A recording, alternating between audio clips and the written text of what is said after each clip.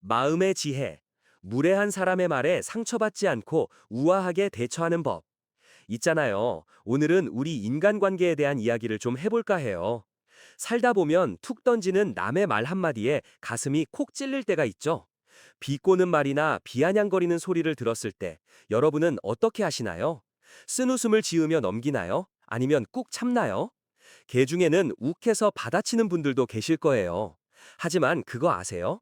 그건 전부 상대방이 원하는 대로 해주는 꼴이랍니다. 비꼬는 말은 동화 백설공주에 나오는 독사과와 같아요. 마녀가 자, 먹어보렴 하고 내밀었을 때 백설공주가 순진하게 그걸 받아먹어서 쓰러진 거잖아요. 만약 공주가 그 사과를 받지 않았다면 어땠을까요?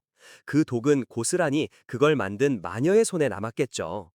남의 악의도 똑같아요. 받지 않으면 그만이에요. 저도 촬영 현장에서 별의별 일을 다 겪다 보니 무례한 사람을 조용히 입 다물게 하는 몇 가지 요령을 터득했답니다. 거친 말도 언쟁도 필요 없어요. 단 한마디로 상대방을 머쓱하게 만드는 아주 우아한 대처법 세 가지를 알려드릴게요. 첫 번째, 네? 그게 무슨 뜻인가요? 순수하게 되물어보기. 상대방의 심술궂은 계획을 와르르 무너뜨리는 방법이에요. 누군가 비꼬는 말을 했을 때 표정의 감정을 싹 지우고 아주 천진난만한 얼굴로 이렇게 물어보세요. 네? 그게 무슨 뜻인가요? 여기서 포인트는 화를 내며 따지는 게 아니라 정말 이해가 안 된다는 듯 덤덤하게 묻는 거예요. 비꼬는 사람들은 사실 아주 계산적이에요. 이 말을 하면 상대가 상처받겠지 라고 머리를 굴려서 공격하는 거거든요. 마치 백설공주를 질투한 마녀가 공주를 불행하게 만들려고 작정하고 독사과를 만든 것처럼요. 그들은 당신이 그 독사과를 먹고 당황하거나 기분 나빠하는 모습을 기대해요. 그게 그들의 삶의 낙이니까요. 하지만 그들에게도 약점이 있어요. 바로 자신이 나쁜 사람으로 보이고 싶지는 않다는 이기적인 마음이죠. 상처는 주고 싶지만 겉으로는 착한 사람인 척 하고 싶어 하거든요. 예전에 한 촬영장에서 있었던 일이에요.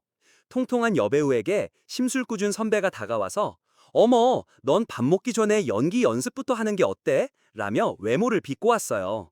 듣는 사람은 얼마나 황당했겠어요. 하지만 그녀는 표정 하나 안 바꾸고 천진난만하게 dur었죠. 네? 그게 무슨 뜻이에요? 그러자 그 선배는 눈이 휘둥그레지더니 아니 그게 하고 말을 더듬더군요. 당연하죠. 네가 뚱뚱하니까 살 빼라고 한 소리야 라고 사실대로 말하면 자기가 진짜 나쁜 사람이 되니까요. 결국 그 선배는 아니 널 생각해서 한 말이야 라며 횡설수설하다 도망치듯 자리를 피했어요. 독사과를 거절당한 마녀는 결국 자기 꾀에 자기가 넘어간 셈이죠. 두 번째, 죄송한데 다시 한번 말씀해 주시겠어요? 못 들은 척하기. 두 번째 방법은 상대방이 두 번 다시 비꼬지 못하게 만드는 방법이에요. 못 들은 척하며 정중하게 이렇게 말해보세요. 죄송해요. 잘 못 들었는데 다시 한번 말씀해 주시겠어요? 이 방법은 남들의 시선을 의식하는 사람에게 특히 효과적이에요. 비꼬는 사람들은 타이밍과 장소를 기가 막히게 계산해요. 사람들 앞에서는 웃다가 둘만 있을 때 공격하거나 스쳐 지나가며 작게 속삭이죠. 자기가 나쁜 사람 취급받지 않으려고 치밀하게 계획한 거예요. 그래서 우리가 저 사람이 나한테 심한 말을 했어요 라고 하소연해도 어머 그런 뜻 아니었는데 피해망상 아니니? 라며 빠져나가곤 하죠. 정말 골치 아픈 마녀들이죠. 하지만 뒤집어 생각하면 그만큼 본인이 나쁜 사람으로 찍히는 걸 두려워한다는 뜻이에요.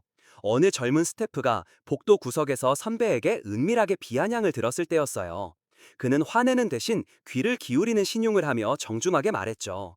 죄송합니다. 제가 잘 못 들었는데 다시 한 번만 말씀해 주시겠어요? 그러자 선배는 얼굴이 빨개져서 아니야, 됐어! 하고 화를 내며 가버렸대요. 왜 그랬을까요? 큰 소리로 다시 말하다가 누가 듣기라도 하면 곤란하고 무엇보다 무심코 뱉은 말이 아니라 명확한 악의로 남게 되니까요.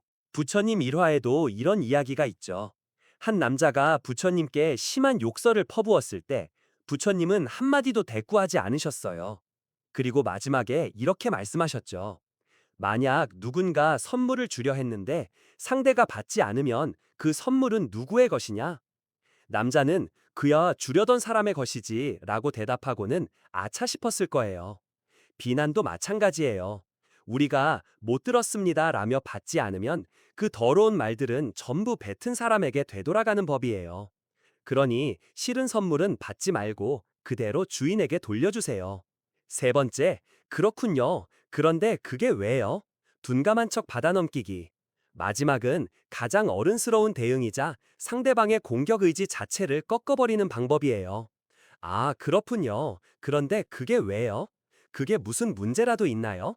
일단 상대의 말을 긍정하고 나서 도대체 그게 무슨 문제냐는 듯 되묻는 거예요. 비꼬는 말은 상대가 아, 이거 나 들으라고 하는 소리구나 하고 알아채서 상처받아야 비로소 완성돼요. 특히 착하고 섬세한 분일수록 이런 악의를 너무 잘 감지해서 탈이죠. 그런 분들은 먹잇감이 되기 쉬워요.